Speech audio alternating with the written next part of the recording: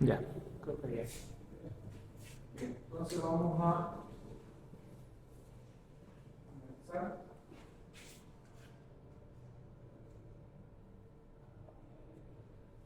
Bien. Entonces,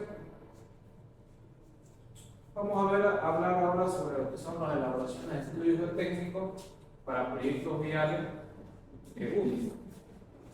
Entonces, vamos a ver algunos conceptos. Porque tenemos que tener en cuenta que diferentes estructuras de la ingeniería, donde trabajamos con suelo, estos deben ser compactados para incrementar sus pesos específicos y mejorar sus propiedades mecánicas. Como por ejemplo en la construcción de terraplenes, para carreteras, presas, tierras y muchas otras estructuras. Entonces, nosotros en la parte de vías trabajamos constantemente con suelos para dos cosas: mejorar las capacidades de los suelos, y para mejorar esas capacidades nosotros lo que hacemos es incrementar sus pesos específicos, y el incremento de los pesos específicos van a mejorar sus propiedades mecánicas para la construcción, en este caso de terraplenes, como es el caso, y obviamente de esta carretera. Entonces, para nosotros lograr este mejoramiento, nosotros realizamos trabajos de compactación, y esos trabajos de compactación deben seguir ciertos procedimientos. Y esos procedimientos me van a generar, acorde al tipo de suelo, un tipo de comportamiento diferente. Como objetivo que tenemos en los procesos de compactación es obtener un suelo que posea una estructura que permita mantener un comportamiento mecánico adecuado durante toda la vida útil de la obra. A diferencia como del anterior módulo, nosotros trabajamos con un suelo y lo analizamos, pero no tomamos en cuenta que íbamos a trabajar directamente con él. En el caso de lo que viene a ser vías, nosotros vamos a trabajar directamente con el suelo que nosotros estemos analizando. Cuando nosotros hacíamos el análisis, por ejemplo, en un estudio de suelo para una vivienda o para una casa o edificio, lo que nosotros tomábamos en cuenta básicamente era una suposición.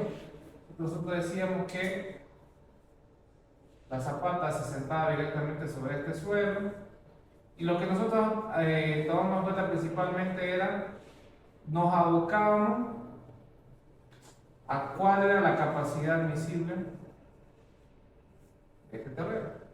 Entonces, en base a la capacidad admisible de este terreno, yo lo que hacía era hacer el diseño de la fundación. Pero solamente me limitaba básicamente a esta pequeña parte de acá, y lo demás que se encontraba por debajo, hacíamos un pequeño análisis porque consideramos nosotros que hasta cierto punto el suelo no nos iba a afectar tanto. O sea, consideramos que los suelos que se encontraban más abajo por su formación, que llevaba muchos años, y iba a ser capaz de soportar. Que lo principal iba a ser en estos primeros estratos iniciales donde íbamos a tener el problema. ¿Qué pasa en carretera? En carretera, por un lado, tenemos el terreno natural.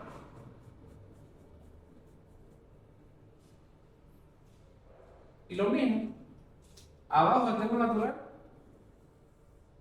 por los años que lleva el servicio, básicamente no va a incidir tanto en la estructura. Pero ¿qué pasa con lo que tenemos acá arriba? Que vendría a ser mi terraplén. Este terraplén de acá, ahora él, vamos a poner su resistencia, va a estar acorde al proyecto. ¿A qué me refiero? Si yo quiero hacer una carretera para uso de tráfico pesado, o sea, camiones, vamos a decir, quiero hacer digamos, carretera al norte o carreteras que conectan vías entre diferentes países, por ejemplo, la carretera al Brasil. Entonces se proyecta para el tráfico pesado de camiones, flotas, vehículos, tráfico pesado. Entonces, en base a el proyecto, yo debo buscar suelos que sean capaces de resistir. O sea, es todo lo contrario que cuando vemos en diseño de fundación. En diseño de fundación, en base a lo que yo tengo, yo me tengo que acomodar. ¿Por qué? Porque aquí el suelo yo lo tengo acá abajo. O sea, no puedo hacer una excavación de 10 metros para mejorar los 10 metros y recién fundar. Pero en carreteras pasa lo contrario, trabajo básicamente por encima del nivel del terreno. ¿Por qué trabajo por encima del nivel del terreno? Porque como es una carretera que no está influenciada por el tema, por ejemplo, de la, vamos a colocar la hidrología, que está influenciado por las curvas de nivel,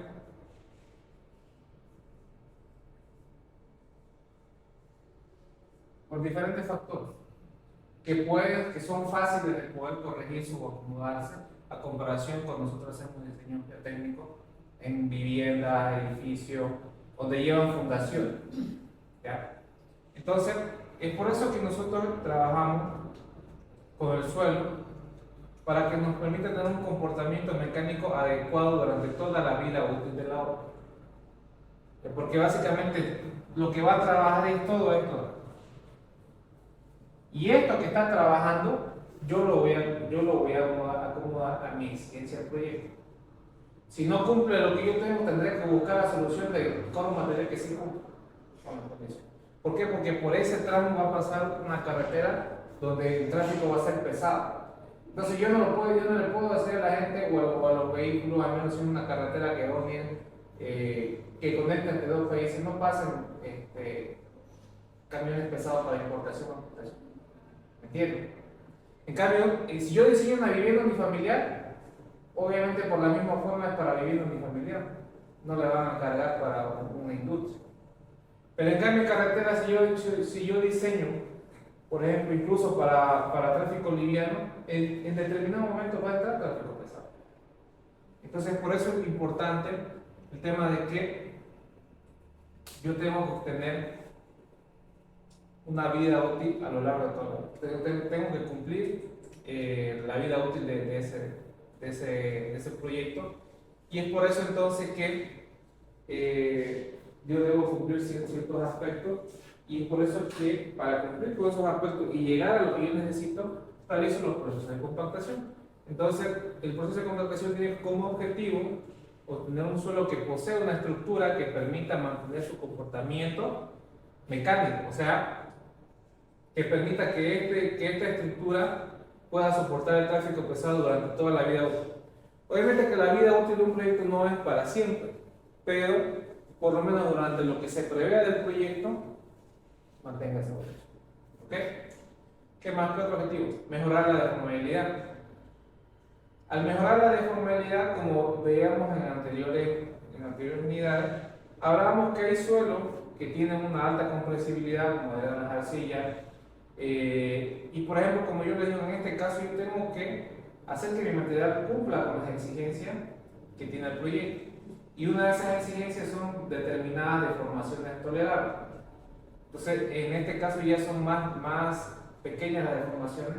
Entonces, la compactación lo que hace es disminuir la deformabilidad. Si, por ejemplo, tengo una arcilla que es muy expansiva, al yo compactarla, entonces voy a controlar la deformabilidad. ¿Qué más? También mejorar la resistencia, controlar la permeabilidad. Entonces, la compactación lo que me garantiza a mí, mejorar la deformabilidad, o sea, si yo tengo un suelo que se puede comprimir o que se va a comprimir demasiado, se va a aceptar demasiado, al compactar lo que voy a hacer es disminuir ese aspecto. Si tengo un suelo que tiene poca resistencia, al aplicar un proceso de compactación voy a aumentar la resistencia. Obviamente que depende del tipo de compactación, puede ser que la resistencia aumente un 100% o 50%, pero va a aumentar. ¿En qué medida? Depende del tipo de suelo, depende de las condiciones de compactación. Controlar la permeabilidad. Hablamos nosotros, por ejemplo, sobre los suelos arenosos que son muy permeables, pero con un buen proceso de compactación podemos reducir esa permeabilidad para, obviamente, reducir problemas en nuestra estructura. ¿Y en qué nos afecta la permeabilidad en nuestro proceso en la carretera? Si tenemos un suelo que es muy permeable, por ejemplo, el caso de los más comunes acá en el Chiriguano, cuando hubo esta socavación, o acá en el paso a desnivel por el Trompillo, ¿qué es lo que pasó? Acá había una tubería que filtró agua.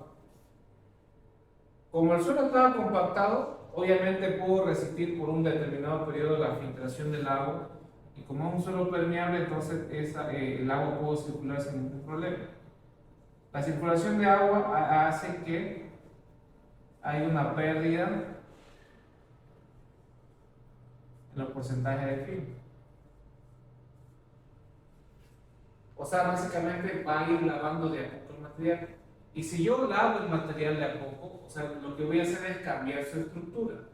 Si yo tenía, por decirle, como vimos en clasificación, si yo tenía un A2-4, el lo voy a volver un A3. Y el A3 ya no va a ser bueno como elemento estructural en una carpeta de asfalto o una carpeta rígida. Entonces, debido a que el suelo es muy permeable, entonces va a hacer que se lave el material y se pierda propiedad y se convierta en manta.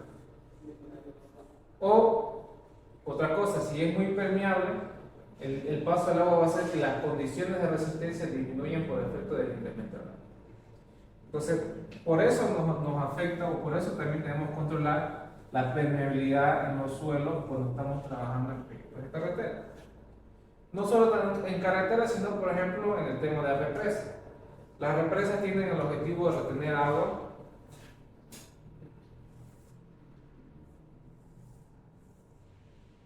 Tenemos represas de tierra, tenemos represas de hormigón.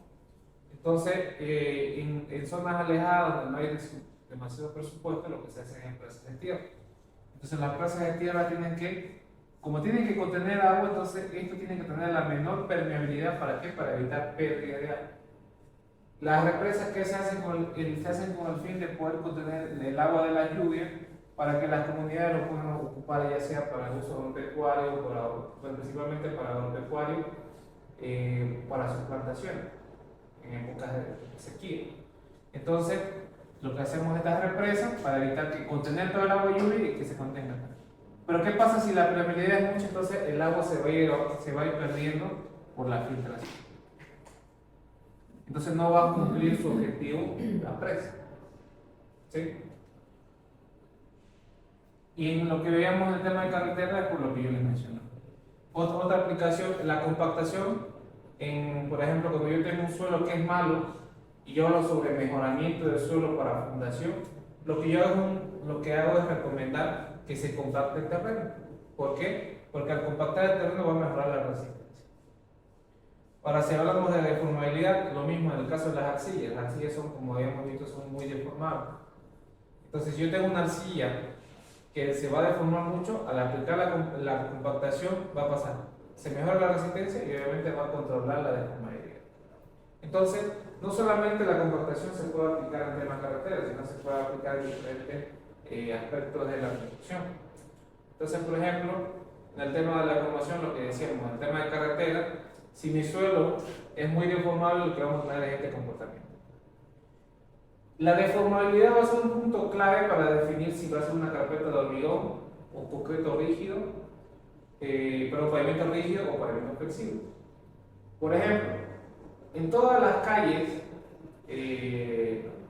vecinales, incluso en algunas avenidas, son pavimento rígido. Y si alguna vez se han fijado, los suelos que se disponen para ese pavimento rígido son arena limosa, o son básicamente arena con grava, o sea, son materiales de su base capa base. ¿Por qué? Porque esos materiales tienen poca deformación. Pero me dirán, ¿pero por qué ocupan eso? Porque como son tramos pequeños, no es demasiado volumen, porque estamos hablando, por ejemplo, en las calles son 1 kilómetro de calles, y básicamente en Santa Cruz estamos compuestos básicamente por arenas en gran parte de la ciudad. Entonces, si no se logra tener un buen material, se adiciona un poco de grava y soluciona el problema. Pero ¿qué pasa, por ejemplo, si nos vamos a caminos, si nos vamos a carreteras, por ejemplo, a los valles, donde ya no se puede, no es rentable pavimento rígido? ¿Por qué? Porque ya como estamos cursando por diferentes etapas, por diferentes regiones, entonces no me garantiza que sí o sí va a tener un suelo firme. Entonces el pavimento flexible se va a acomodar a la deformación que tenga el terreno. Entonces la deformabilidad va a ser un punto importante para definir si voy a ocupar pavimento flexible o pavimento. La ventaja del pavimento flexible es que, como le decía, es más rápido de ejecutar, y el poder ocupar. La desventaja es que los mantenimientos son más cortos, el tiempo entre cada mantenimiento, cada 5 años tienes que hacer un mantenimiento, incluso depende del tipo de pavimento, que sea hasta cada 2 años. En cambio, el rígido, podemos dejar los 10 años sin mantenimiento, no pasa nada, incluso hasta 20 años. Pero el tema que, claro, el mantenimiento en el rígido lleva más tiempo, pero también su puesta en obra también lleva mínimo 30 días para poder liberarse un poco más. En cambio, el flexible, terminan de colocar la carpeta, esperan unos 20 minutos y ya los autos pueden pasar sin ningún problema. Entonces, la deformabilidad nos juega un papel importante y lo que nos va a ayudar a controlar esa deformabilidad es la compactación. Después, otro aspecto que tenemos también es la resistencia. Entonces, por ejemplo, aquí se está haciendo una prueba de carga para una losa de fundación. Entonces, este terreno, si no es lo suficiente para soportar las cargas que se van a transmitir, se tendrá que hacer una compactación a nivel de la fundación para mejorar su capacidad y obviamente poder resistir las cargas de diseño. Y como yo les mencionaba, el tema del control de la permeabilidad, una represa que ha sido compactada va a tener menos permeabilidad, lo que obviamente me va a permitir contener más el agua. ¿Sí? Obviamente, por ejemplo, si nos fijamos acá abajo, no vamos a poder controlar toda esta parte de acá, porque ya le pertenece ya al material al terreno natural. Pero sí nosotros podemos evaluar cuánto se va a perder por estas zonas permeables. Entonces lo que tenemos que evitar es que también exista esta pregunta. Si ustedes se dan cuenta, el agua va a tener que llenarse hasta ese nivel, según el diseño, ¿no? Entonces tenemos que nosotros evitar que exista una pérdida de filtración por esta parte. Y garantizar que por lo menos por esto no haya pérdida. Y aparte de la pérdida de que se pueda ver, digamos, una represa, como yo les decía, si existe filtración, entonces lo que se va a ir lavando el material. Y obviamente a largo plazo va a generarme problemas en la estructura. ¿Ok? ¿Estamos claros hasta acá? ¿Una pregunta? Sí, dijo hace rato pavimento rígido, flexible y el otro qué. Rígido y flexible. Solo, ¿no? Sí. Después el otro es el pavimento articulado, que son las losetas. Las losetas igual son muy parecidas a los rígidos. Por el tema de que se necesita tener un suelo que no sea deformado. Entonces, ustedes cuando vean el tema de las losetas, si ven una oportunidad, la preparación, ¿qué es lo que hacen? Preparan obviamente su nivel de terreno, compactan, pero sí o sí colocan una capa de arena, que esa capa de arena tiene que estar compactada. Porque esa capa de arena va a tratar de absorber toda la energía que transmite las llantas y obviamente disipar hasta que llegue el terreno. Entonces, en el caso de la loseta tiene la ventaja que como son articuladas, entonces se puede amoldar sin ningún problema al terreno. Obviamente que a largo plazo ya tenemos el problema que cuando pasamos por la loseta comienza a temblar todo el auto, porque ya se ha excedido la carga, como ya el suelo no puede soportar tanta carga, entonces comienza a tener deformaciones irregulares. Es un método bastante económico y rápido, tanto para la ejecución como para los mantenimientos. Porque el mantenimiento cuando se tiene loseta es más fácil, por ejemplo, si tienes una instalación hidrosanitaria o cableado, sacar una loseta, hacer tu mantenimiento, tapar, colocar arena y que digamos en un día se puede, si se arregla el mantenimiento en un día puedes despegar. En cambio, si haces mantenimiento sobre una calle donde había pavimento rígido, cortan el pavimento rígido, hacen el mantenimiento y deben esperar mínimo 20 días para recién habilitar la calle. Entonces cada uno tiene sus pros y sus contras en el tema de los paneles. ¿Ya? ¿Alguna consulta más? En ese pavimento flexible, he visto que le echan encima el pavimento flexible viejo, una capa de encima para aquí en petróleo he visto eso que aumentan el espesor. No sé si se da mantenimiento de eso. Ese es recapado, sí, es recapado de mantenimiento. Cuando se diseña, cuando tú diseñas los pavimentos,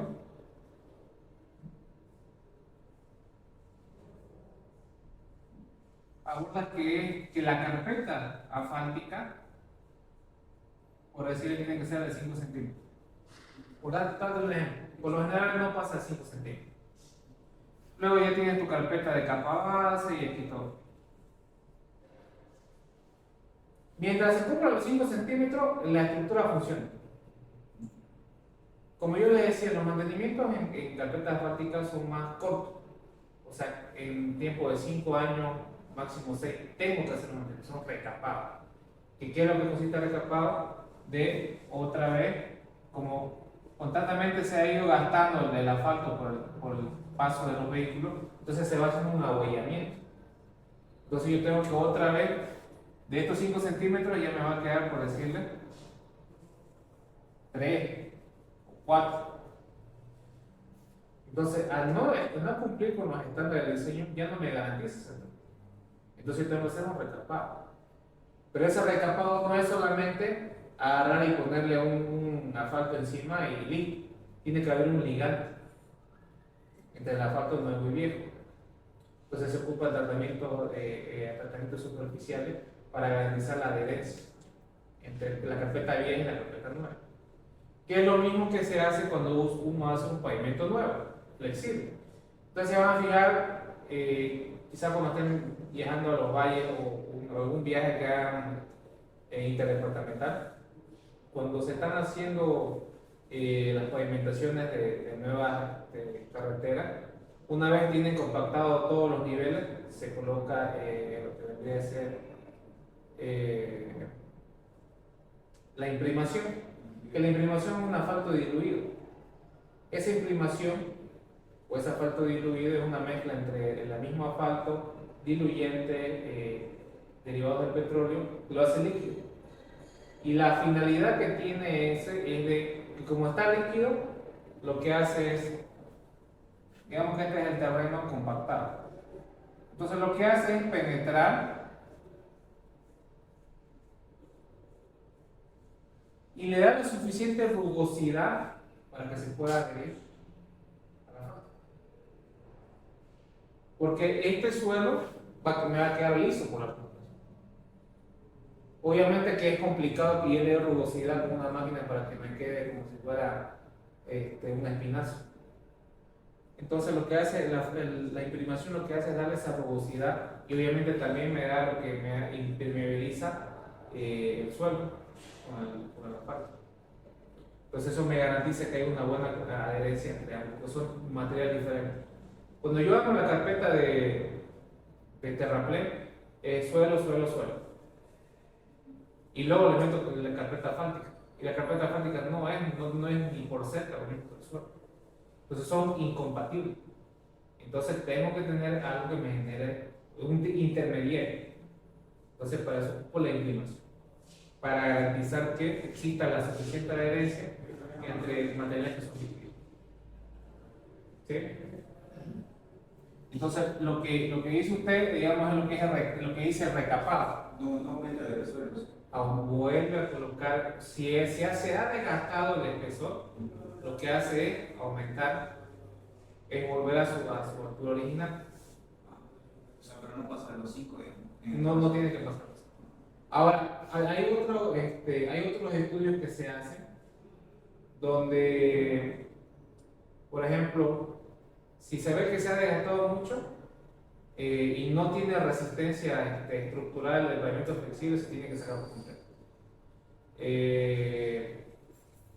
En algunas partes aquí del segundo anillo se sacó todo el pavimento, porque no servía, estructuralmente no resistía.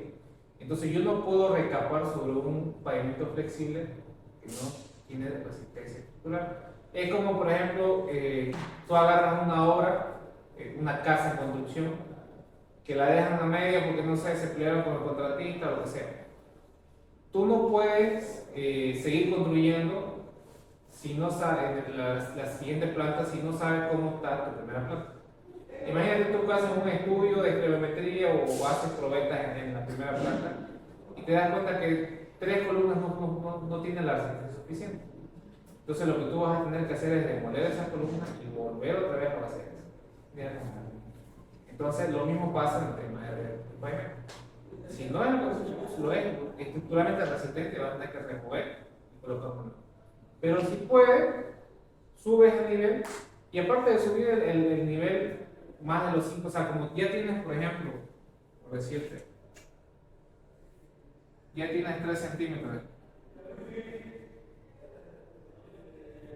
Si lo aumentas unos 3 centímetros o 4 centímetros más, tienes la ventaja de que la duración para que tengas que hacer el siguiente mantenimiento va a ser más alta. Porque, ¿qué pasa? Imagínate que vos querés hacerlo a los 5 centímetros. Estamos en 3 y vas a hacer un recapado para que suba justo a los 5 centímetros. Quiere decir que de acá a 5 años vas a tener que otra vez hacerlo. Otro gasto, otro presupuesto. Pero ¿qué pasa si lo aumentas de 5, lo aumentas a 7?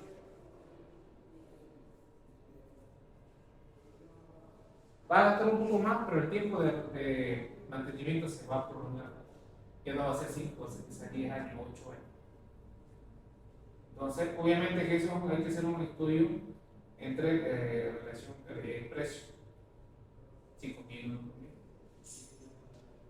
Entonces, como les decía, en ese caso es el recapado que se hace.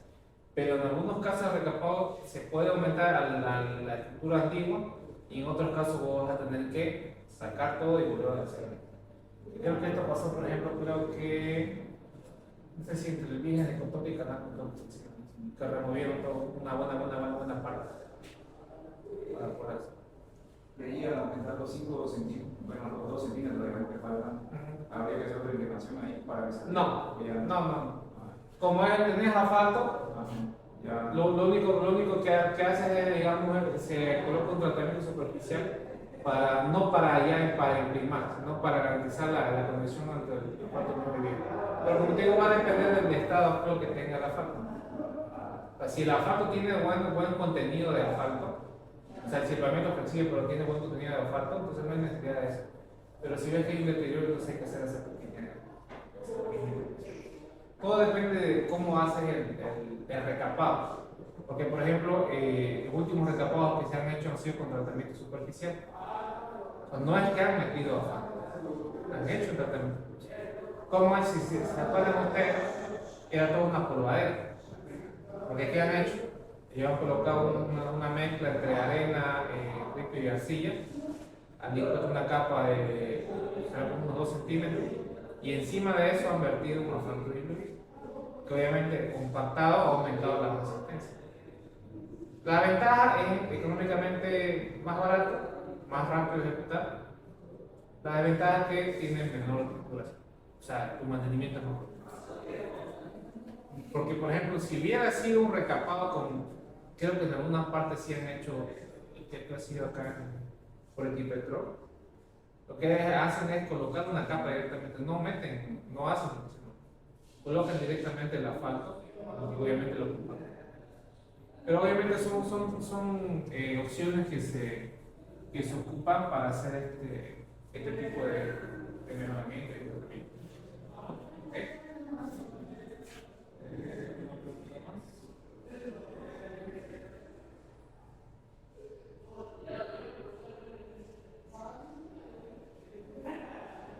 ¿Listo? ¿Sí? Entonces, veamos algunas generalidades de lo que es el proceso de compactación. Si se agrega una cantidad pequeña de agua a un suelo y luego este se compacta, el suelo tendrá un cierto peso específico. Es como cuando, por ejemplo, el albañil ¿por qué le echa agua antes de compactar? Para generar esto. Para que una vez se eche esa pequeña cantidad de agua, aumente ese peso. Pero si lo hacemos de manera empírica, nosotros vamos en determinado momento, al echar mucha agua, en vez de mejorar eso, vamos a empeorar. Entonces, si el contenido de agua del mismo suelo, del mismo que inicié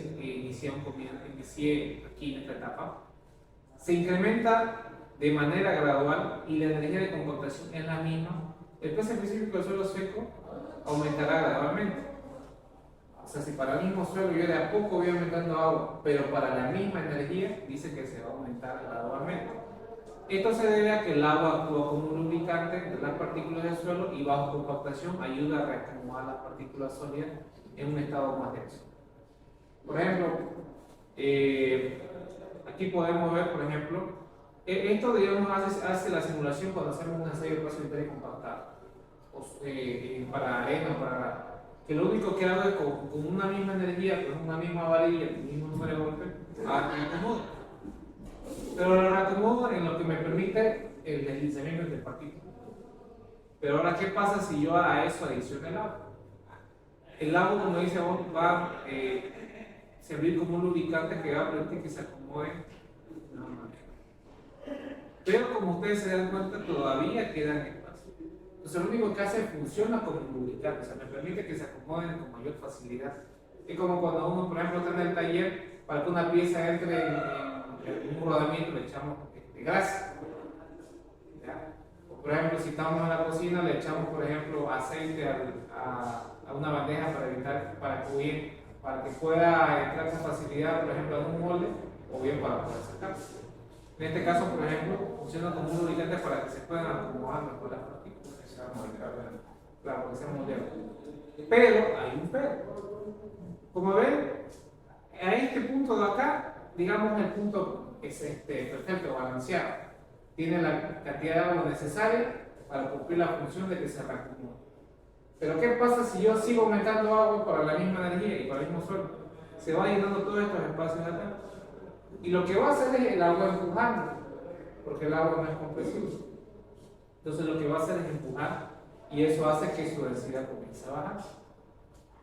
Entonces, ahora, el aumento del flujo específico seco con el incremento en el contenido de humedad para un suelo alcanzará un límite más allá del cual la adición de agua al suelo resulta una reducción de su peso, es lo que les estoy diciendo. Entonces, esto lo que les digo acá es básicamente lo que nosotros conocemos como la humedad óptima, o sea, la cantidad de agua necesaria para que el suelo se reacomode y más nada. Si yo supero esa humedad óptima, lo que va a pasar es que todos estos espacios se van a llenar y como el agua es incompresible y yo estoy generando compresión, lo que va a hacer va a reaccionar, voy para arriba. Entonces lo que va a ocasionar, obviamente, es que en vez de que se comprima, va a comenzar a colchonarse o a estrenarse. Ahí hay ciclo aquí, allá también hay razones.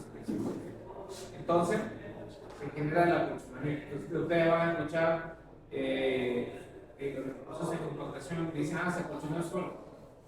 Y uno va a ver y es como una colcha, una cama que uno pisa y se hunde y vuelve a su posición. Entonces, es empujamiento, porque ya se excedió la cantidad de agua.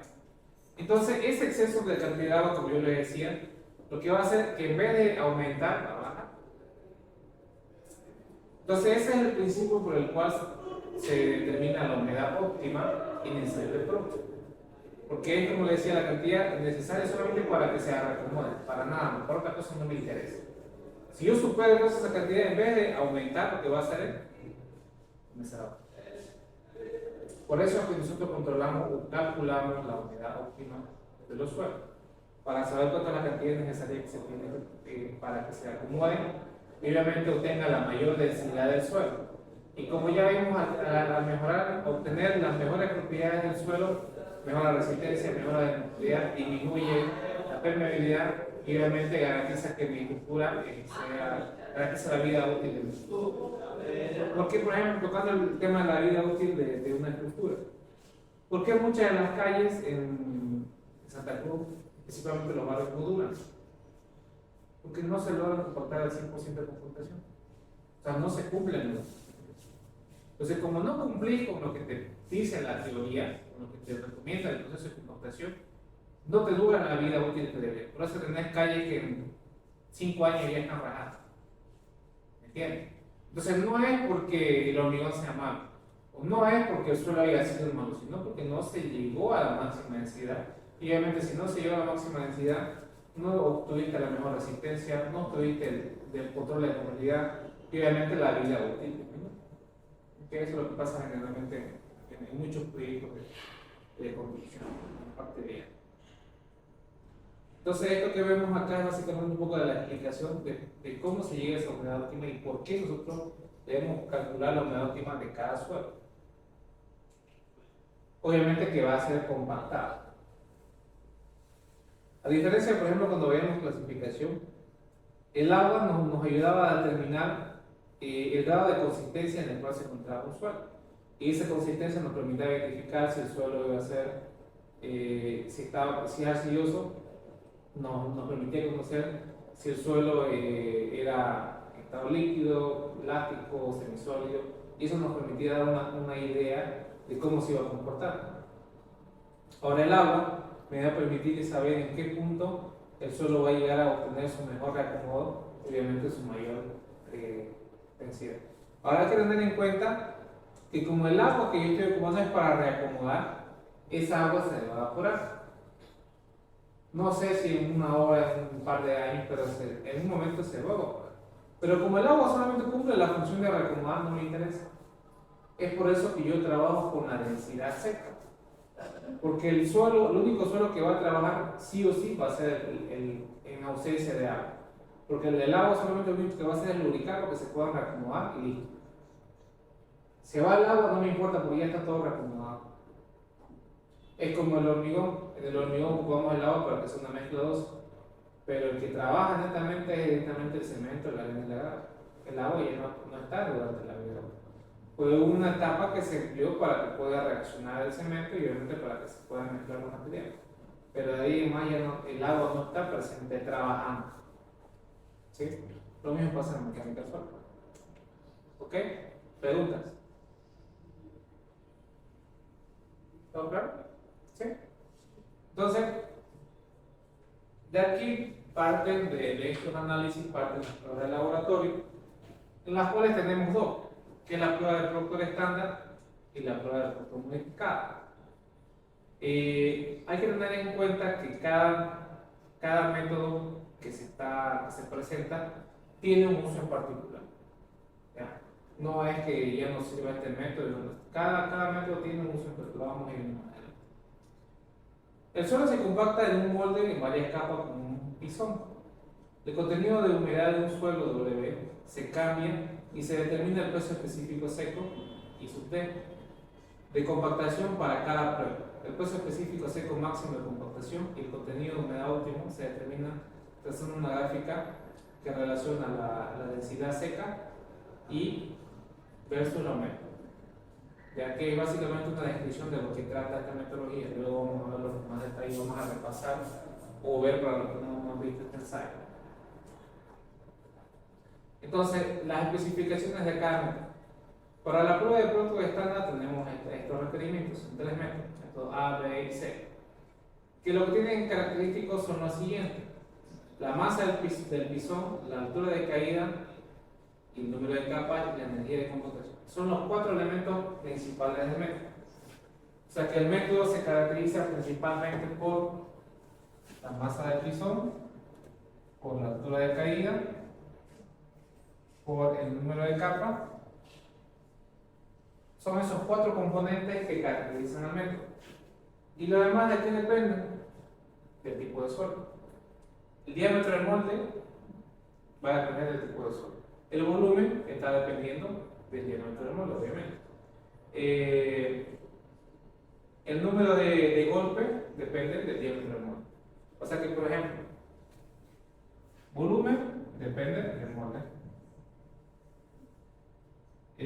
Número de golpe depende del molde.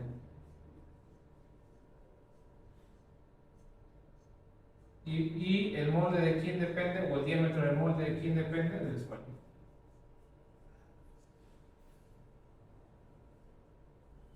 Esto lo hago para que entendamos nuestro método. Entonces, lo único que me define el método Proctor estándar es masa del pisón, altura de caída de ese pisón, número de capas y energía de compactación.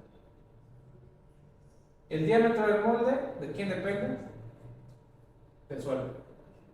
Y acá me dice qué tipo de suelo, cuál es la condición del suelo.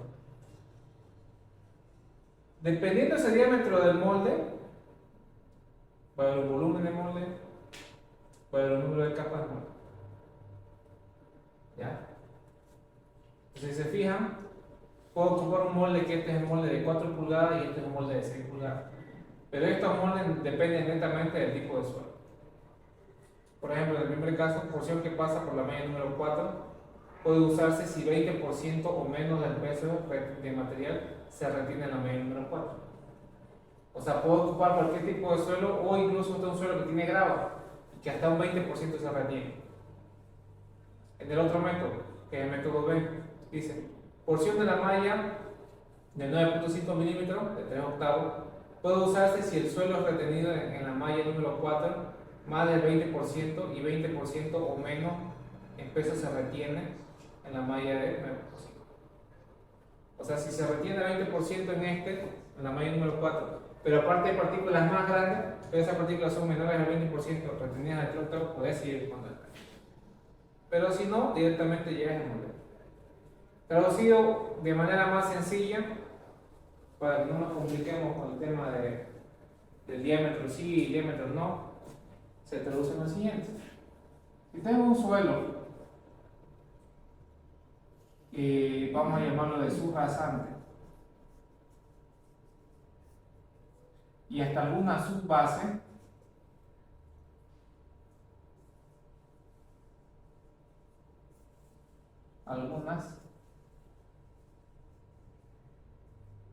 puedo ocupar un molde de 4 pulgadas. Pero si tengo capa base, sí o sí, molde circular. En palabras más. Y aún más sencillo, en el molde de 6 pulgadas, se puede hacer todo tipo de suelo.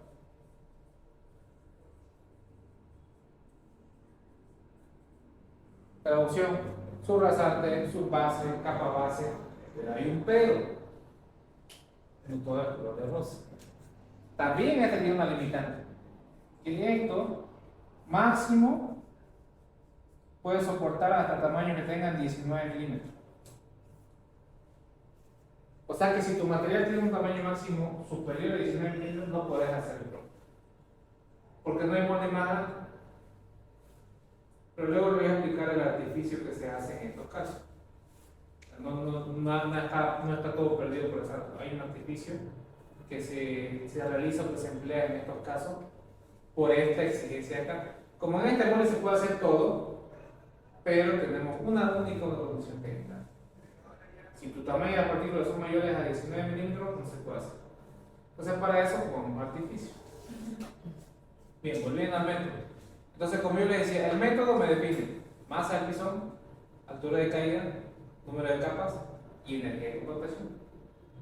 Esta energía de compactación está relacionada igual con el número de capas, con la altura de caída, con la masa del pisón y con el volumen del método. Bien, ahora vamos a ver el otro método, que es el producto modificado. Este es el estándar modificado. En el modificado, ¿qué es lo mismo que el anterior? El modificado me va a indicar masa del pisón, altura del pisón, número de capas de compactación y energía. Si nos fijamos acá en estos primeros dos, ¿cambia o no cambia? Aquí. Bien. ¿Cambió o no? Aquí. ¿Qué cambió? La energía en Aquí estos dos no cambian. No cambia. ¿Por qué? Soy el mismo molde. Pero ¿qué pasa acá? Sí. Cambia, porque depende del método. ¿Qué pasa, por ejemplo, con esta que dijimos que es del molde?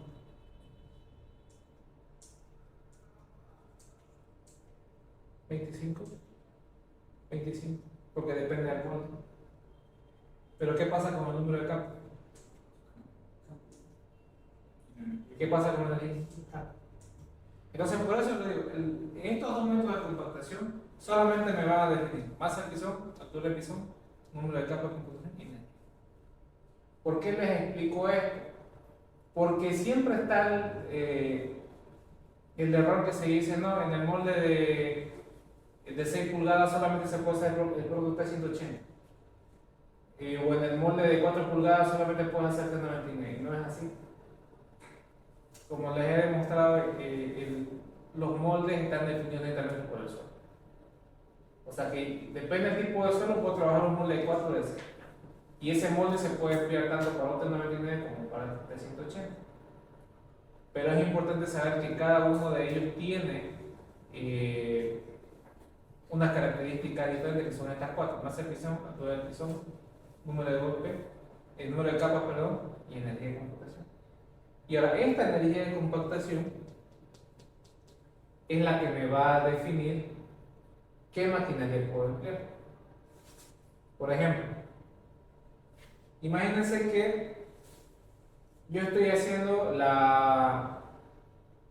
quiero hacer la compactación para mi entrada vehicular o para una acera. Estamos hablando que es una acera de, por decirle, 1,5 metros máximo, o una entrada de estacionamiento de unos 2 metros de ancho.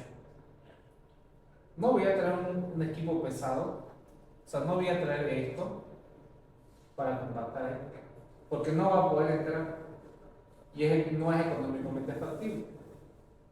Entonces, este equipo de acá va a poder generar esta energía o incluso más. Perfecto, entonces,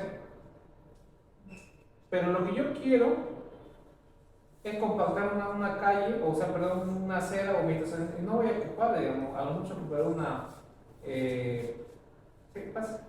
Una plancha compactadora, un saltarín, y siendo más extremo, un pisón hecho por el albañil. Entonces, ese tipo de equipos no va a poder llegar a esta energía. ¿Entiendes? Entonces, como no va a llegar a esta energía, yo no puedo ocupar este método de compactación.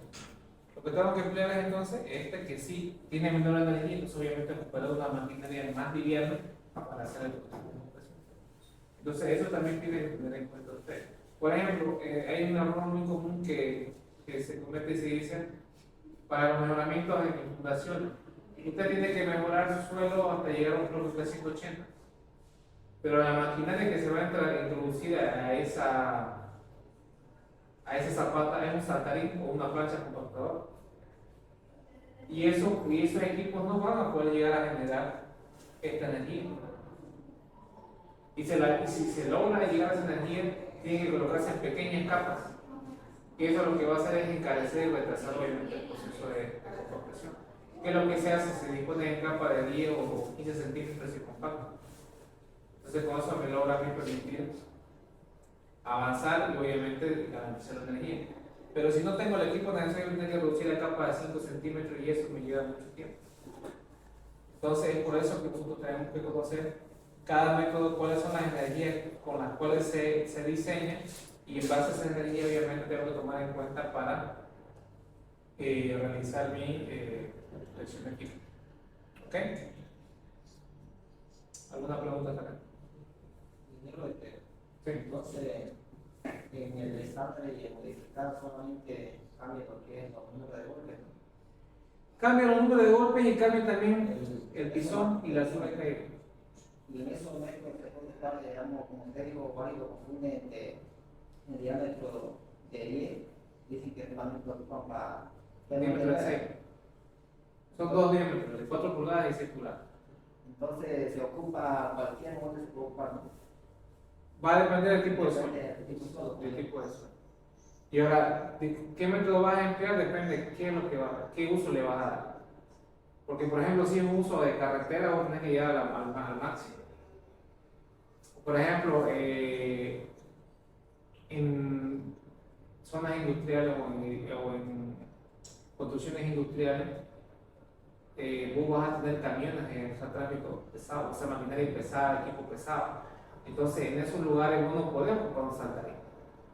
Tenés que ocupar un equipo de compactación pesado para compactar todo lo que es en tu suelo de tu industria. Porque si no logras compactar con esta maquinaria y obviamente hacer el control con esta compactación, lo que te va a generar es que no llegues a la resistencia necesaria y comienza a fallar tu suelo, o sea, tu pavimento o tu mismo piso, tu piso industrial. ¿Sí? Entonces hay que tener el tipo del molde, el diámetro del molde va a depender del suelo. El método va a depender de qué uso le vas a dar. Si es para, por ejemplo, tráfico liviano, mediano, pesado, pues va a depender de eso, para que tú escojas el método. Porque otro error, por ejemplo, que hacen el método estándar, si ustedes se dan cuenta, son 3 capas y el martillo es más liviano, o sea, es más fácil de hacer, menos pesado. Pero ¿qué pasa si yo realizo esta prueba y obviamente yo ocupo esta maquinaria? Por decirle, con una pasada yo llego a cumplir con este criterio. ¿Sí? Me ahorro tiempo, sí, pero la capacidad de ese suelo no va a ser necesaria para una calle. Entonces no va a resistir. Y que eso es lo que pasa en algunas calles. ¿Qué hacen las empresas constructoras? La empresa constructora debería trabajar con este producto. ¿Y qué es lo que hace? La empresa hace este. ¿Por qué?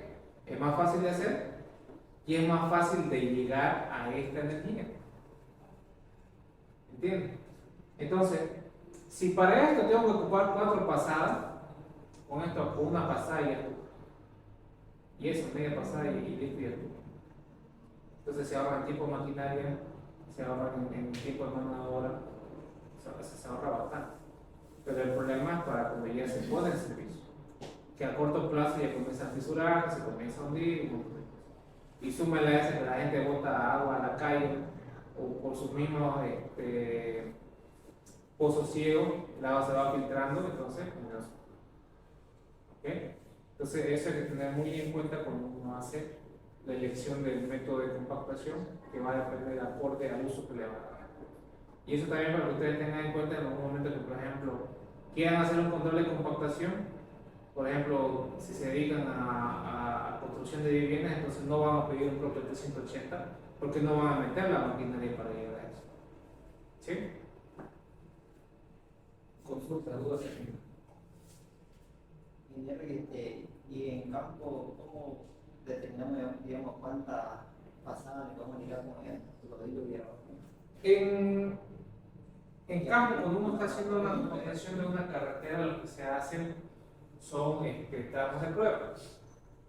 Obviamente que ya existen libros donde te dicen, por ejemplo, si tienes un suelo SN o si tienes un suelo A1B, el número de pasadas debería ser mínimo 3 para un rango, o sea, te dan incluso la misma maquinaria te indica, o sea, te dan una idea de cuántas pasadas, pero son recomendaciones. ¿Qué es lo que tú tienes que hacer? Son tramos de prueba. ¿Qué quiere decir? Vas a agarrar 100 metros de avenida o de carretera y en esos 100 metros vas a probar. Vamos a pasar a una velocidad de 10 km por hora de la cisterna. Vamos a regular la salida de agua a la cisterna con un caudal de 5 litros por segundo. Pasa. Vamos a pasar la compactadora 4 veces a una velocidad de 20 km por hora. Viene al laboratorio, control de densidad. Verifica, cumple, no cumple. Está muy bajo, está muy alto. Se descalifica todo, se vuelve a pasar el agotero o se espera que seque y nuevamente aumentamos la velocidad, disminuimos el flujo de agua y aumentamos el número de pasadas o aumentamos la velocidad del tráfico. Entonces así vos vas regulando. Y en esa es lo que más tiempo se pierde. Pero una vez que lo tengas, digamos así, por así decir, calibrado el tramo, avanzas en 2 por 3. Por ejemplo, aquí en la carretera que a los valles que recién han terminado de hacer, cuando recién comenzó, estuvieron como un mes bregando un tramo. Pero una vez terminaron, ya calibraron el tramo, comenzaron y ya no pararon, porque ya sabían cómo trabajar con ese tipo de suelo. Entonces, no hay una fórmula exacta que te diga el número, pero sí existen libros donde, como te digo, te recomiendan para este tipo de maquinaria, el número de pasadas son estos. Y te recomendamos estas condiciones. Y sí, es muy probable que llegues a la máxima densidad, pero como que tienes que hacer tramos de prueba para verificar si eso se cumple. ¿Sí? Y eso se hace todo, no solamente en la compactación, sino también en lo que les decía yo, incluso en la carpeta práctica. Se hacen tramos de prueba. Entonces solamente existen recomendaciones, pero como son diferentes tipos de suelos, diferentes condiciones, entonces por eso que es variante. ¿Sí? ¿Qué pregunta? Sí que trata de un pavimento de tráfico pesado, digamos. ¿Qué método ocupan? Si el tráfico es pesado, directamente el bloque modificado. ¿Y el estándar cuándo lo usan? El estándar, por ejemplo, lo podría ocupar para hacer las vermas o para hacer el alcantarillado. ¿Por qué? Porque, por ejemplo, para hacer las vermas no vas a poder ocupar, si ocupará, va a ser muy complicado hacer el tema de equipo pesado. Y si tienes equipo pesado, entonces vas a disminuir el número de pasados. Entonces, por ejemplo, supongamos que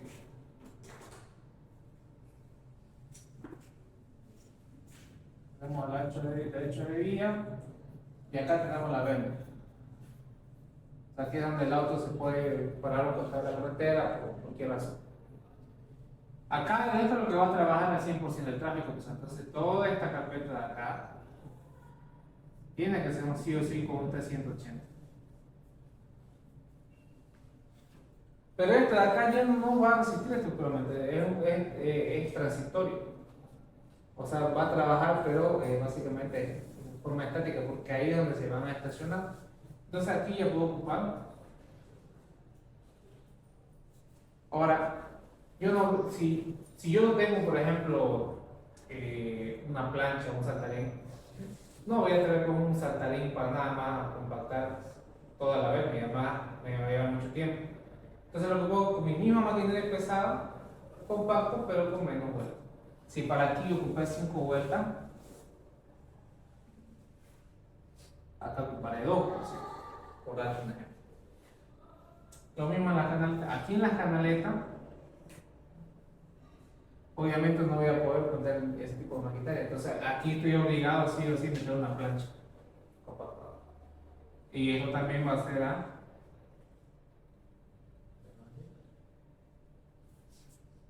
¿sí? Entonces, como le digo, depende del uso que se le va a dar, obviamente va a depender. Ahora, ya en otros diseños ya no se ocupa el tronco ni el CBR, ya se ocupa un método de rotura, que lo que ellos diseñan es con ángulo de fricción y cohesión. Pero eso conlleva, económicamente los laboratorios es más caro, tanto la realización de las pruebas como los controles. Entonces todavía no se ha implementado ese tipo de diseño. Pero en otros países más desarrollados ya no se ve el CBR y Proctor son pruebas obsoletas por ahí. ¿Sí? Y RT, ¿cuál es la diferencia, digamos, entre D99 y D180? La diferencia principal son las que les mostré. Más simplificado en la energía de compactación. La energía que te da el T99 es de 600 kN por metro cúbico y la del T180 es de 2700. O sea, es más del triple. Entonces, esa energía, al tener mayor energía, obviamente, como veíamos en la explicación, va a generar mayor densidad. Y si hay mayor densidad, hay mayor resistencia, menor deformabilidad, menor permeabilidad y una mayor utilidad óptica de la obra que estoy realizando. Pero como yo les digo, el método va a depender de para qué voy a ocupar ese suelo. ¿Sí? Y obviamente si tengo el espacio para poder meter esa maquinaria. ¿Sí? ¿Qué pregunta?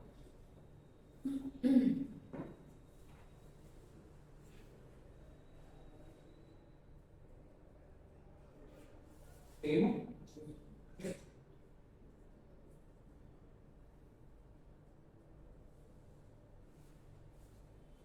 Entonces,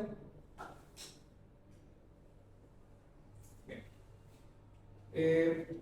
Vamos a ver ahora, por ejemplo, lo que yo le decía a usted, lo más sencillo de diferencia es la energía de compactación, sin entrar mucho en otro tema.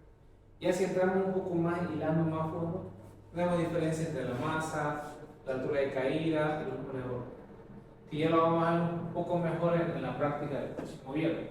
Vamos a hacer una práctica para mostrar la diferencia entre el 99 y el 180, cómo varía, o sea, cómo esta energía se ve en los resultados. ¿Ya? La capa de valor, digamos, Sí, acá puedo volver. Bien, entonces ahora vamos a ver las ventajas de la compactación. Ya habíamos hablado sobre los objetivos, pero vamos a hacer un hincapié sobre las ventajas. Una de las ventajas dice aumenta la capacidad de soportar carga. O sea, los vacíos producen debilidad del suelo e incapacidad para soportar cargas pesadas. Estando apretadas todas las partículas, el suelo puede soportar cargas mayores debido a que las partículas mismas soportan mejor. ¿Sí? Entonces, por eso yo le decía, si ustedes, por ejemplo, van a compactar, por ejemplo, con una avión, no van a meterla con una compactadora. Porque incluso la carga que va a transmitir, que va a soportar este suelo, es carga de personas. O sea, estamos hablando de 150 kilos por metro cuadrado. No es lo mismo la carretera que estamos hablando de toneladas por metro cuadrado. ¿Entiendes? Entonces, no voy a meter este equipo acá adentro para nada más compactar si apenas va a soportar personas. Pero pasa algo diferente si aquí, si esto fuera para, por ejemplo, una nave industrial, o sea, una construcción industrial donde va a haber maquinaria pesada, donde va a haber equipo pesado y vehículos pesados que van a estar ingresando, entonces obviamente es diferente. Si fuera un estacionamiento. No. En el estacionamiento, por ejemplo, estamos trabajando nosotros date cuenta que con vehículos, máximo una camioneta. Y por la misma estructura, uno puede decir, no, pero puedo entrar en un parqueo. En un parqueo vertical no entra. ¿Por qué? Por las alturas que tiene cada parqueo.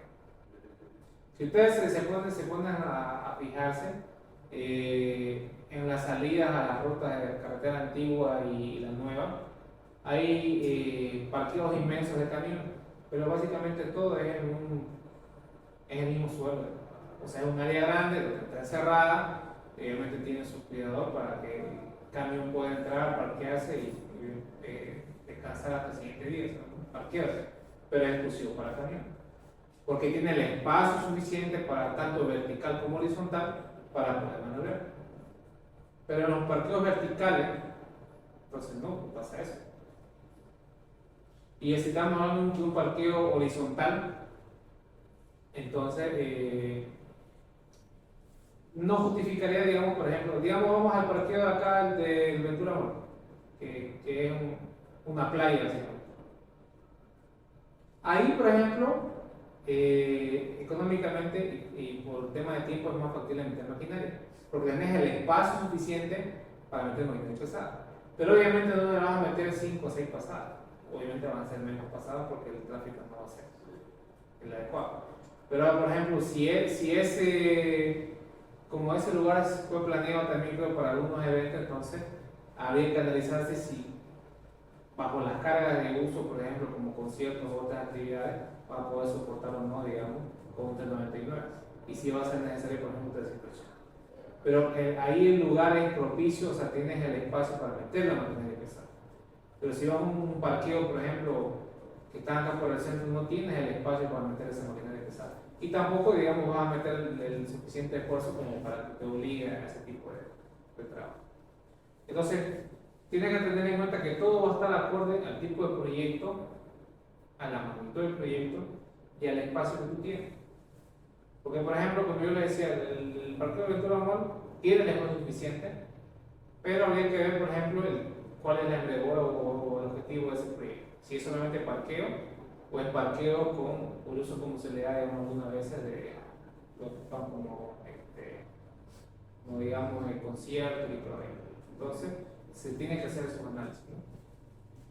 Entonces aquí vemos, por ejemplo, lo que se le decía, que las partículas cuando están mejor reacomodadas o apretadas trabajan mejor. Pero obviamente no es que va a ser maravilla, solo va a llegar a un punto límite donde de ahí no va a poder soportar más. Pero sí vamos a mejorar las condiciones en natural que tiene el suelo. Entonces, eso es una de las ventajas del proceso de compactación.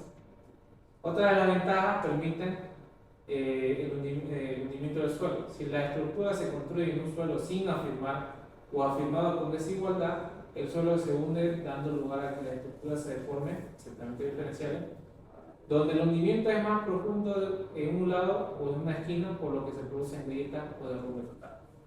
Es por eso, por ejemplo, ustedes van a ver cuando se hace vivienda de 2 niveles, que cuando se tiene un suelo que es muy, no es uniforme, perdón, lo que se recomienda es un mejoramiento del suelo o que se haga una compactación a nivel de fundación para uniformizar tensión.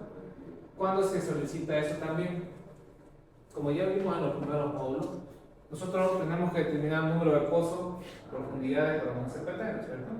Entonces, como hacemos a veces mínimo 2 pozos, entonces puede ser que en un pozo, por decirles a nivel de fundación, digamos 1,50 m, acá tengo 0,91 y acá tengo 0,85 en diferentes zonas del terreno. Entonces, suceden dos cosas. O trabajo con la menor tensión, que va a hacer que aumente la sección de mi zapata, incremente el volumen de hormigón, o trabajo con la máxima. Pero si trabajo con la máxima, lo que me va a hacer es que tenga que generar un proceso de compactación para uniformizar tensión y evitar que haya asentamiento diferencial. Que si va a haber asentamiento, que todos se sientan al mismo tiempo, pero no uno más que otro. En este tipo de casos yo no voy a meter, por ejemplo, por el espacio de excavación, no voy a meter el tipo de equipo, pero sí voy a meter una plancha compactadora o un sacarino. Pero, o sea, una de las ventajas también, como se muestra acá, evoluciona eso. ¿Sí? Entonces, como yo les decía al comienzo, la compactación no es algo que solamente se ve en carretera, se aplica en diferentes obras civiles. Porque los objetivos, como les mostraba, son aumentar resistencia, disminuir la deformabilidad y disminuir la permeabilidad. Entonces, si vos quieres hacer alguna de esas cosas en tu suelo, compactación. Entonces, no es solamente, la compactación no es un estudio que solamente se hace en carretera, sino que depende de cómo quieres tú manejar tu suelo. También lo que habíamos un comienzo reduce el descubrimiento del agua. Un suelo compactado reduce la penetración de agua. El agua fluye y el drenaje puede entonces regularse. Reduce el esponjamiento y la contracción del suelo. Si hay vacío, el agua puede penetrar en el suelo, llenar estos vacíos y el resultado sería el esponjamiento del suelo durante la estación de lluvia y la contracción del mismo suelo durante la estación seca. Por ejemplo, en una consultoría que hice recién, la vivienda estaba teniendo problemas de humedad. Se hizo la inspección, se hizo la verificación y se descartó filtraciones y ventilación de agua. Se hizo una investigación más extensa y se determinó que el agua se estaba filtrando muy posiblemente por una matriz de la zona o porque una de las tuberías de desagüe está filtrando agua. Pero como ese suelo, cuando se hizo su estudio de suelo en ese tiempo y obviamente se recomendó la compactación, como toda el área de construcción se compactó, después que se colocó la zapata se compactó hacia arriba, entonces disminuyó la permeabilidad, lo que obviamente permitió que no haya una afectación en la resistencia de la zapata. Pero sí, obviamente, visualmente en las paredes se nota la humedad por la filtración que se tiene. Entonces, no se pudo evitar que filtre el agua, que pase el agua, pero sí se pudo evitar que tengamos problemas en la resistencia. Entonces, para reducir el paso del agua, no solamente es por un tema de que no queramos que pase el agua, sino que nos va a generar problemas en la resistencia o problemas visuales como el tema, por ejemplo, de las paredes o el mismo piso que se ve la humedad. ¿Ok? Otra ventaja de la compactación es que impide los daños de las heladas. Esto, por ejemplo, en zonas de baja temperatura. El agua se expande y aumenta el volumen al congelarse. Esta acción a menudo causa que el pavimento se hinche y a la vez las paredes y las losas del piso se agrietan. La compactación reduce estas cavidades de agua en el suelo y obviamente evitando que se genere este fenómeno. Y ahora lo que vemos acá son curvas de compactación. ¿Esto por qué le muestro? Para que nosotros entendamos. Si recuerdan al comienzo se les muestra por un tema de que entiendan que gradualmente, a medida que aumentas el agua para la misma energía, sucede esto. O sea que llega a un punto máximo para un contenido de agua determinado. Encuentra una densidad. Pero no todos los suelos tienen este comportamiento. Como ven, cada tipo de suelo se va a comportar de manera diferente. ¿Y eso de qué va a depender? Va a depender del contenido de arena, del contenido de grava y del contenido de filo, o sea, el contenido de arcilla. Entonces, por ejemplo, aquí tenemos para el punto 7. El punto 7 me indica básicamente que tengo 6% de arcilla y básicamente el 94% de arena. Entonces, si se fijan, tiene esta forma. No es como esta curvita. Y si no vamos a la primera, la 1 y la 2, la 1 tiene un 88% de arena, tiene un 2% de arcilla y tiene límite líquido. Perdón, es 12% de arcilla. La 2 tiene un 13% de arcilla, la 4 tiene un 35%, vean la 4 cómo se ve. Entonces, en base al tipo de suelo y a su composición, obviamente las curvas van a tener diferentes. Entonces, no todas las curvas van a tener esta forma perfecta. Esto, ¿por qué les digo? Porque en determinado momento ustedes van a hacer un ensayo de composición, ustedes van a hacer una verificación de una composición. Entonces, principalmente como ustedes lo hacen, nunca les sale, o sea, pocas veces les sale esta curva así perfecta. Entonces, cuando hacen sus ensayos, por ejemplo, les salen algo así. O les sale, por último, les sale algo así. O sea, no les sale como supuestamente se les explica acá. Pero como le digo, esto solamente para que entendamos el concepto de cómo interviene el agua en el proceso de compactación. Pero no necesariamente todos los suelos se van a comportar de esa misma manera y van a generar ese mismo comportamiento. Lo que sí, todos los suelos van a llegar en determinado momento a un punto máximo. Por ejemplo, aquí, su pico está acá, acá. O sea, lo que tienen en común es que todos tienen un pico. Y a partir de determinado contenido de agua, en vez de subir, ya comienza a bajar. Eso tiene todo. Ese es el principio de la comportación. Ahora, de que todas tengan una forma perfecta de una curva, eso no. Cada tipo de suelo tendrá una forma de curva diferente. ¿Ok?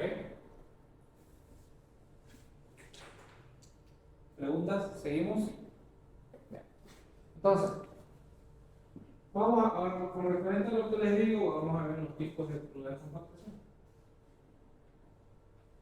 Entonces, como yo les decía, cada tipo de suelo tiene un comportamiento de curva diferente.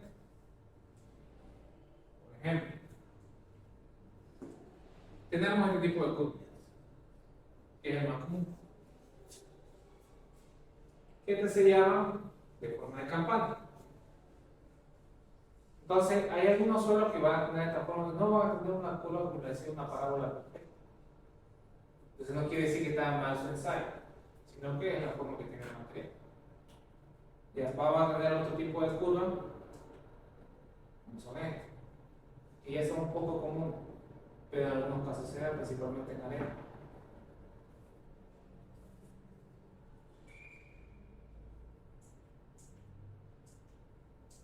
Que se llama tipo 1,5 de pico. Solo tiene 2 picos.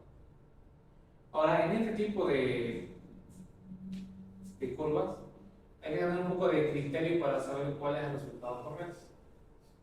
Y no solo en este tipo de curvas, sino también en este. Porque cada tipo de suelo tiene aproximadamente un rango de óptima que se debe obtener. Que en algunos suelos, por ejemplo, esa óptima, por decir, dar un ejemplo para que me entiendan. Supongamos que yo tengo un suelo arcilloso. Ese suelo arcilloso debería tener una humedad óptima entre, vamos a decir, bueno, depende del grado de arcilla, pero vamos a decir que entre un 14 y 18. Depende de otro elemento. Este es de 2 picos. Pongámosle datos.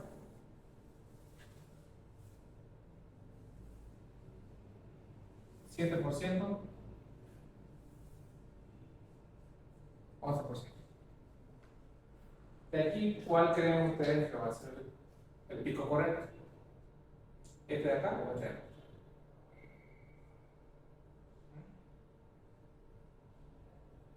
Este de acá es el correcto porque se aproxima más.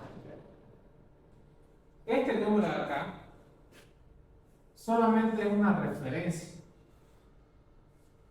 No necesariamente va a ser sí o sí cerca de 14 o entre 14 y 18. Porque depende de otros elementos como son el tipo de arcilla, el tipo de consistencia, vale más. Pero es arcilla como tal. ¿Entienden? Pero entonces va a ser un valor aproximado. Pues si yo digo que es 7 de 8, no puede ser 7 de 8 haciendo una arcilla. Pero si yo digo que es 11, sí, este es un valor más razonable que son 11. ¿Sí? Por eso en este tipo de curva, incluso hasta en esta, hay que ver si el resultado que uno tiene es coherente o no al tipo de suelo.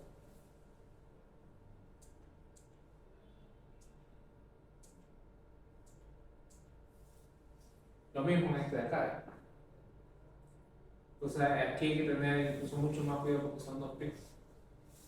Obviamente que el pico más alto tiene que estar sí o sí dentro del valor cerca al óptimo. Lo mismo que con el 7 y el 11, cerca de este punto máximo debería estar el valor óptimo cercano en base al tipo de suelo. Y tenemos este que lleva un poco raro. Ahora, pero hay que tener cuidado, hay que diferenciar entre tipos de curva y en que se equivoquen en hacer el ensayo. ¿Por qué les digo eso?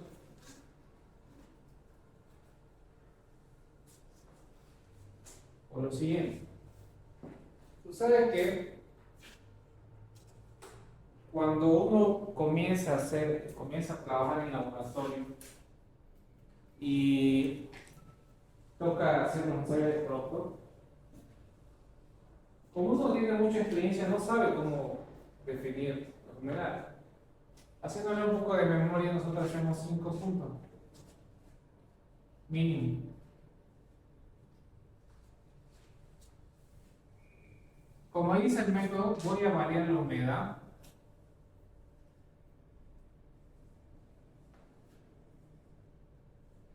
pero la energía es la misma.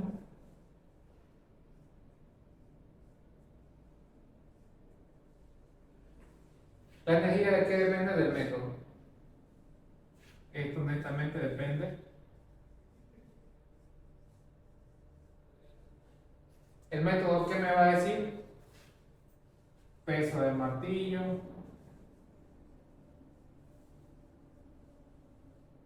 altura de caída,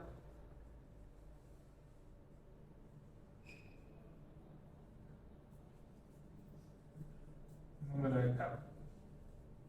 Obviamente con estos componentes me da. ¿Cierto? Pero ¿y esto?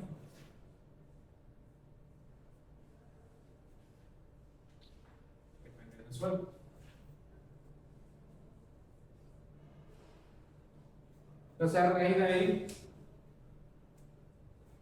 se tiene que, para suelo gravoso,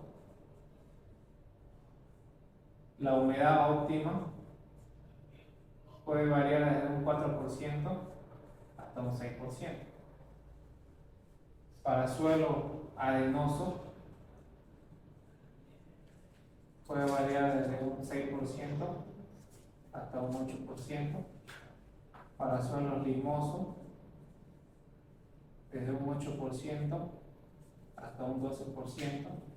Para suelos arcillosos, dependiendo de la plasticidad, puede variar de un 12% hasta un 20%. Como humedad es óptima, pero solamente son valores referenciales. O sea, ¿qué quiere decir? Que me ayudan como punto de partida. Por decirle, entonces, imaginemos que yo quiero hacer el producto para una arena limosa. O sea, un SM, o incluso puede ser un A4. Entonces, como es una arena limosa, Se encuentra casi entre estos, pero con predominancia de arena. Entonces, como mi último se encuentra entre 6 y 8, yo voy a decir que el punto máximo, vamos a decir que es 7. Entonces, como el punto máximo debería estar, si lo graficamos, digamos así, tengo W1, W2, W3, W4 y W5. Entonces, punto acá. Así. Entonces, supuestamente el tercer punto debería estar cerca del máximo, o sea, cerca del pico. Entonces, ahí yo le voy a poner 7%. Del punto máximo debo tener 2 puntos con mayor humedad, o sea, 9%, 11%. Y 2 puntos con menor humedad, 5%. Y listo. Entonces ya tengo el punto de partida de cómo preparar cada muestra para hacer la composición. Y si fuera, por ejemplo, un suelo arcilloso, ya va a depender si es muy plástico, entonces lo aumentaré, por ejemplo, a un 15% o a un 16%. Si es de baja plasticidad, 12%, 13%, entonces ya va a depender obviamente el tema de así de qué tan plástico sea. Y eso aquí me lo va a definir la clasificación. Entonces, el tema de la energía, ya eso está claro, porque es por el medio. Pero el tema de la humedad, cómo comenzar, ya va a depender del tipo de suelo. Pero como ven acá solamente son valores referenciales, que de esta curva puede ser que realmente me quede. O sea que si supuestamente yo iba a tener una curva así, me queda así.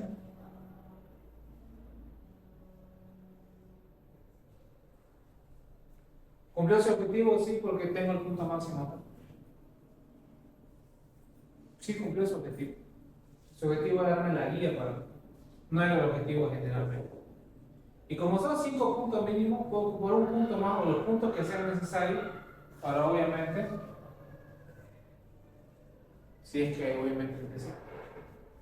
¿Sí?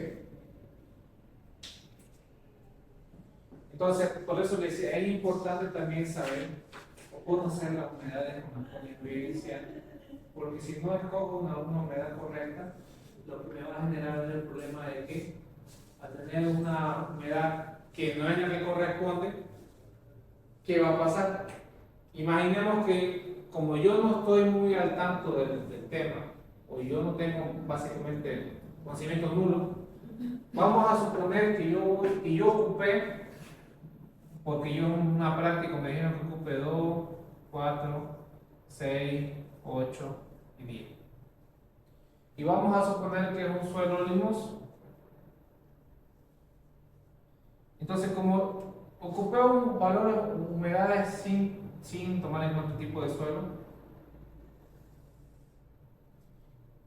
¿qué me parecía lo último curva que vi? Entonces, puede que acá ya haya llegado al máximo, como que puede que. Otro caso extremo, que para, según yo asegurarme, voy a comenzar con 7, 10, 13, 15. Y en un suelo arenoso, ¿qué es lo que sucedió? Como no tomé en cuenta el tipo de suelo y ocupé humedades aleatorias, tuve ese problema. Entonces, por eso es bueno tener una idea. Si bien no van a tener exactamente quizás una curva así perfecta, pero sí lograr el objetivo que entre sus puntos sí o sí se encuentra el máximo. ¿Sí? Entonces eso les va a permitir, les va a garantizar, que cumplan con el objetivo de llegar a la densidad máxima y a la humedad.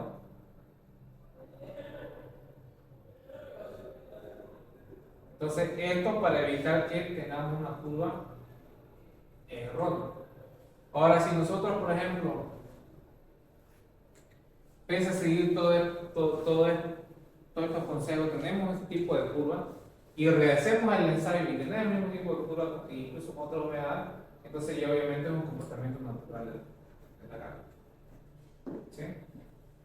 Por eso les decía, hay que tener en cuenta siempre estos aspectos en la realización del ensayo. Y no solamente la humedad, acá vamos a ver otros aspectos que hay que también tener en cuenta.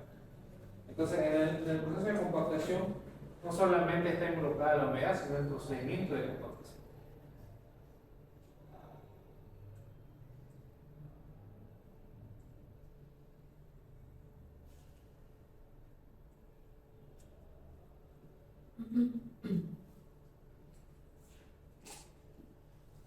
¿Se entendió?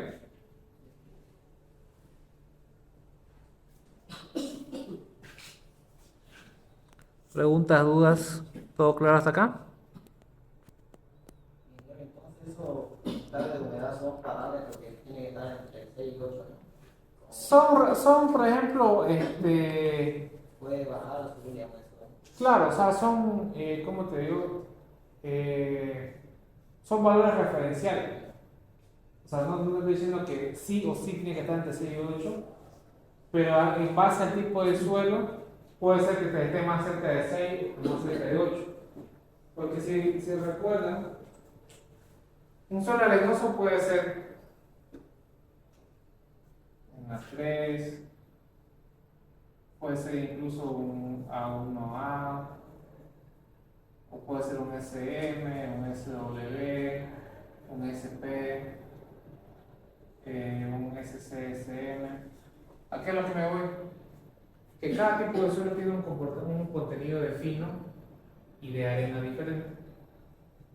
Si yo digo suelo arenoso, es porque la predominante tiene más arena que fino, pero no estoy diciendo cuánto de arena y cuánto de fino. Para que entendamos un poco mejor, tengo dos SM, dos arenas limosas, ¿ya? Quiero hacer pro, pero hay una diferencia. Este SM de acá tiene un porcentaje de fino del 15%, pero este tiene un porcentaje de fino del 30%. Son SM, sí, cumplen con los requisitos, son predominancia de arena. Pero ¿qué pasa?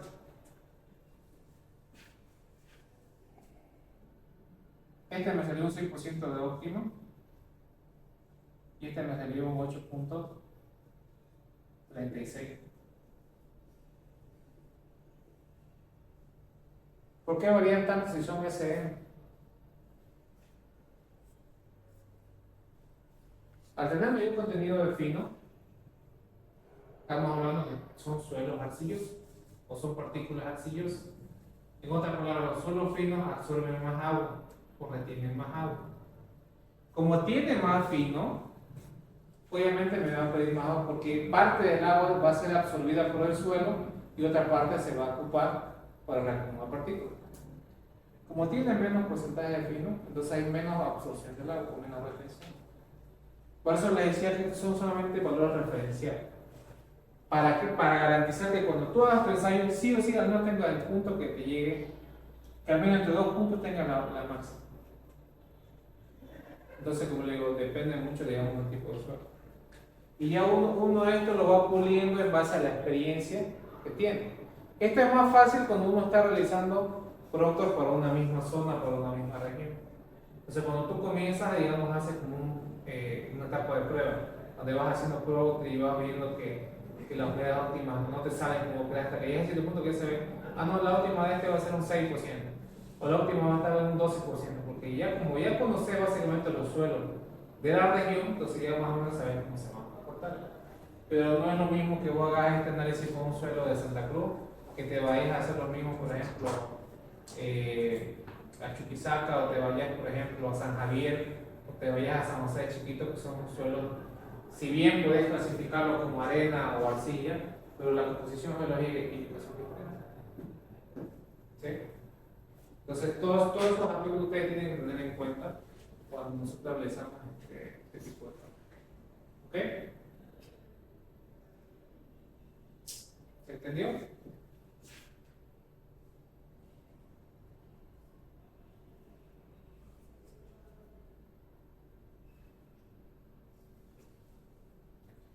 En un suelo arcilloso, ¿con cuánto humedad más o menos comenzamos a trabajar? Por ejemplo. En un suelo arcilloso, bueno, dependiendo del grado de plasticidad. Porque te digo, no es lo mismo, por ejemplo, una de baja plasticidad, media plasticidad y alta plasticidad. Uno de baja plasticidad podría comenzar, por decirte, con un 7%, porque su óptima debería estar en un 11% o incluso hasta un 9% de óptima. Uno de baja plasticidad. De media plasticidad, esa óptima puede subir entre un 12 y un 15%. Entonces eso va a hacer que tú comiences con un 9% o 10%. Entonces, la clave para saber con cuánto vas a comenzar va a depender de cuál es tu humedad teórica óptima.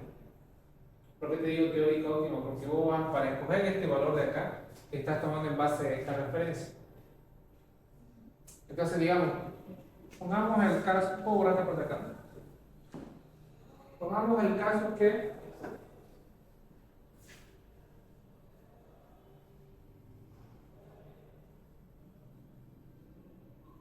vamos a hacer tipos de baja plasticidad. Es una arcilla, que según la clasificación me da baja plasticidad. Yo voy a decir que la humedad óptima, según mi experiencia, debe estar cerca del 9%. ¿Ok? Entonces, el 9% va a ser debería estar la óptima. Entonces voy a tener un 11% por acá, 13% por acá. Dos números mayores a 9 y dos números menores.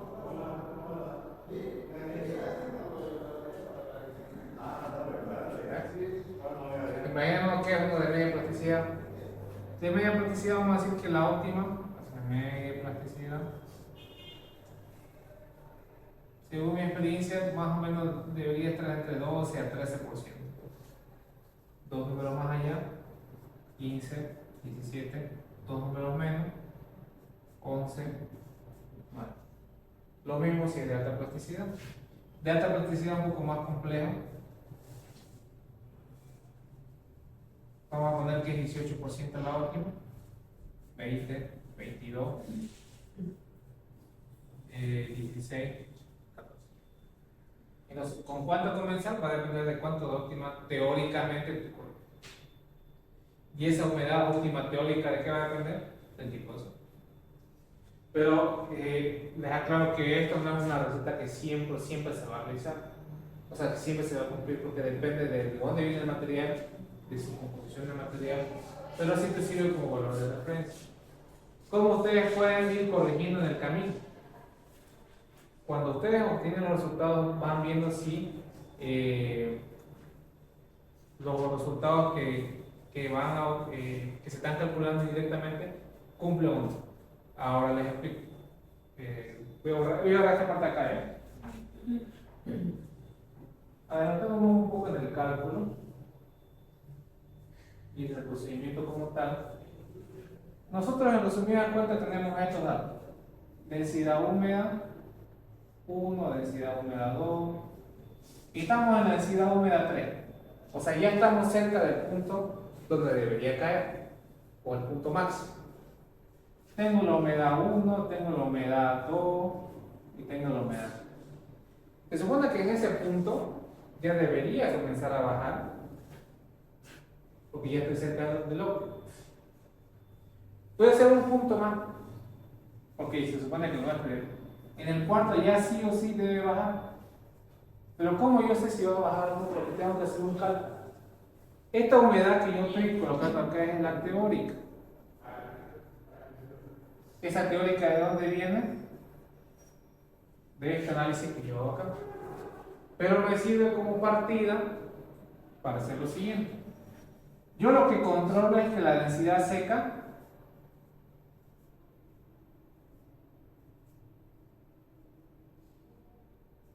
baje.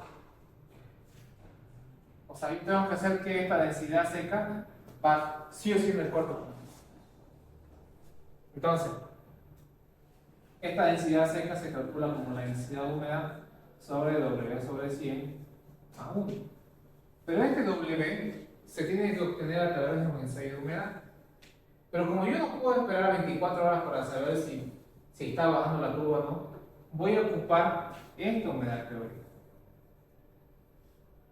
Entonces, si yo estoy, por ejemplo, con 5%, 7%, 9% y 11%, Vamos a darle valor. Voy a decir que aquí la densidad es de 1900, 1930, 1942, 1955. Sube, sube, sube. Estoy con densidad que no está bajando. Entonces, el siguiente punto, en vez de ocupar 11%, voy a ser un poco más extremo, voy a ocupar 15%. Y en ese punto,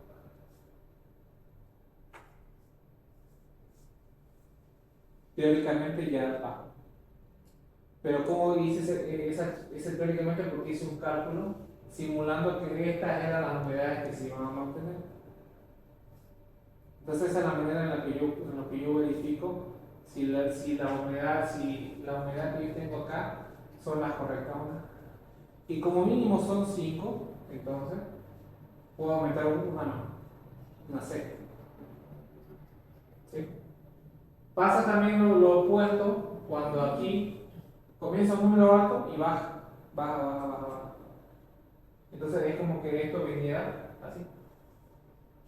Entonces en el cuarto o quinto punto, en vez de aumentar el agua, lo que voy a hacer es bajar el contenido de agua para por lo menos tener un punto. Entonces estos controles ustedes los tienen que ir haciendo a medida que hacen el ensayo.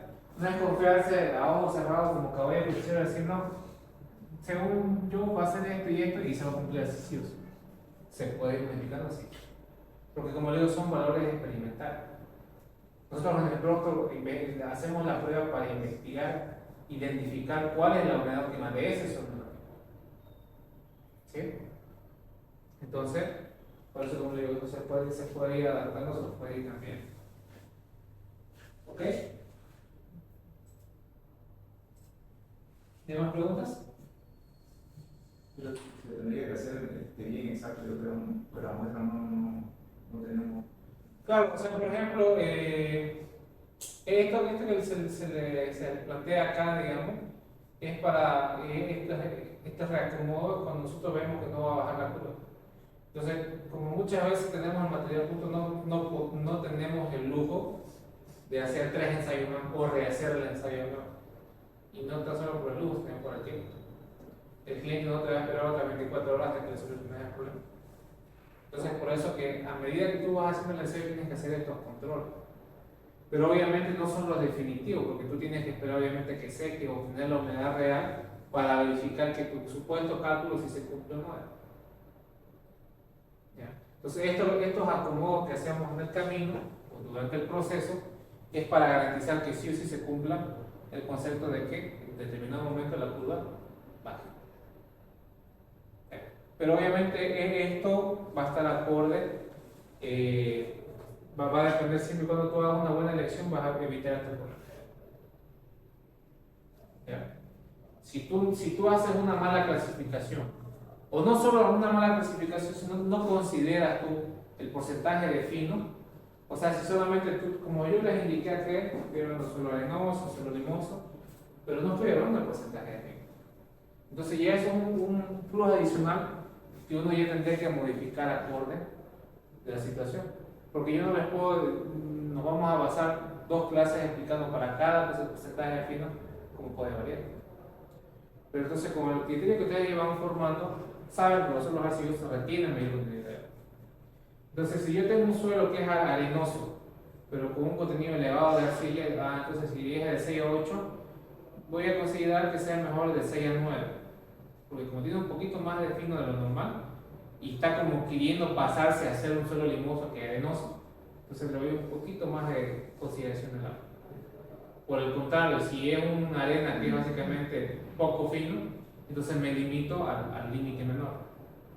Entonces son, digamos, condiciones que uno va desarrollando a medida que va dando experiencia. ¿Ok? ¿Qué pregunta más tenemos?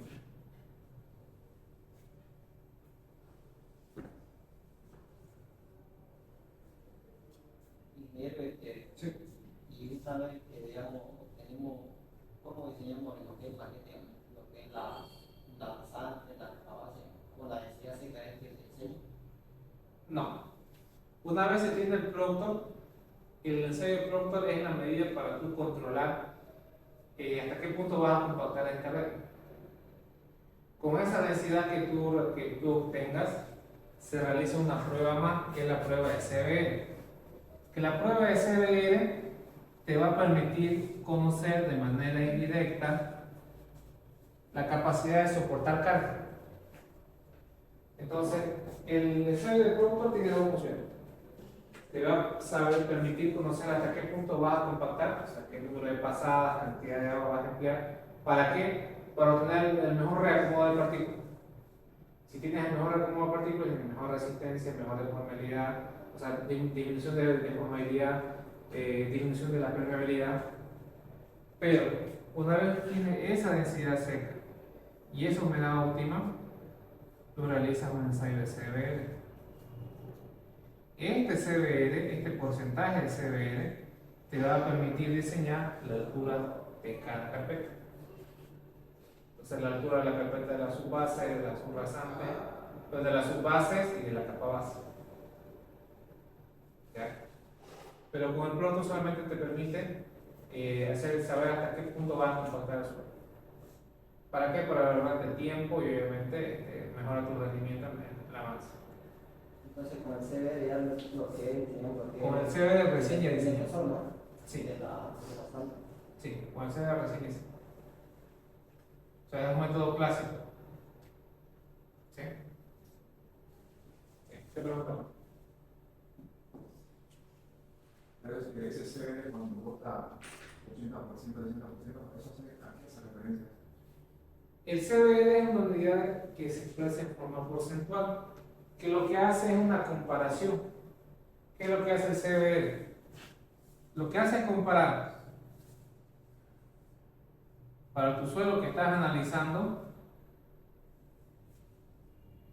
la carga que soporta, la compara para la misma situación, pero como si todo tu camino estuviera hecho de grava. El porcentaje de CBR se calcula como la relación entre la tensión para cierta deformación dividida entre la tensión para esa misma deformación, pero aplicada a piedra titulada. Entonces, lo que vos estás diciendo, la resistencia de tu suelo a la penetración, ¿qué tan buena es comparada como si fuera un terreno de pura piedra?